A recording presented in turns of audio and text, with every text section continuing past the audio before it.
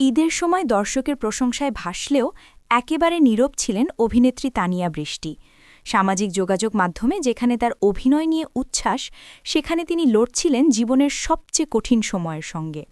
ঈদে প্রচার হওয়া প্রায় 10টি নাটকের মধ্যে সুপ্তাদের বাড়ি ও ফুটানি বাবু নিয়ে দর্শকের প্রশংসা ছিল চোখে পড়ার মতো। ভক্তদের কেউ বলছেন তার অভিনয় অন্য লেভেলের, কেউ আবার প্রতিদিন তার অভিনয়ের প্রেমে পড়ার কথা লিখছেন। কিন্তু এই প্রশংসা শুনেও দূরে ছিলেন তানিয়া। কারণ চেন্নাইয়ে মস্তিষ্কের টিউমার অপসারণের দ্বিতীয় সার্জারির পর হাসপাতালে ধীরে সুস্থ হচ্ছেন তিনি।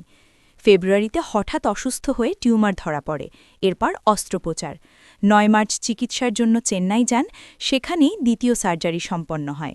সার্জারির পর তিনি জানান তখন সামান্য আবেগও নিতে পারতেন না, বাচ্চাদের মতো কেঁদে ফেলতেন। ঈদের নাটক দেখেছেন কিনা এই প্রশ্নে তানিয়া বলেন, সুপ্তাদের বাড়ি নাটকের ট্রেলার দেখেই তিনি কেঁদে ফেলেন। পুরো নাটক দেখার সময় মাথা ব্যথা বাড়তে থাকায় মাঝপথেই থামাতে হয়। তবুও এই কাজটিকেই নিজের কেরিয়ারের অন্যতম সেরা বলে মনে করছেন তিনি। শুটিংয়ের সময় 3 দিন কেঁদে অভিনয় করেছিলেন, যা তাকে জীবনের গভীর অনুভূতি শিখিয়েছে।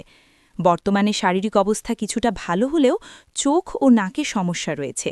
চিকিৎসকেরা জানিয়েছেন সামনে তৃতীয় সার্জারি করতে হবে। কয়েক মাস পর সেই প্রস্তুতি নেওয়া হবে। সব বাধা পেরিয়ে সুস্থ হয়ে আবার অভিনয়ে ফিরতে চান তানিয়া বৃষ্টি। দর্শকের ভালোবাসাই এখন তার সবচেয়ে বড় শক্তি। ব্লু।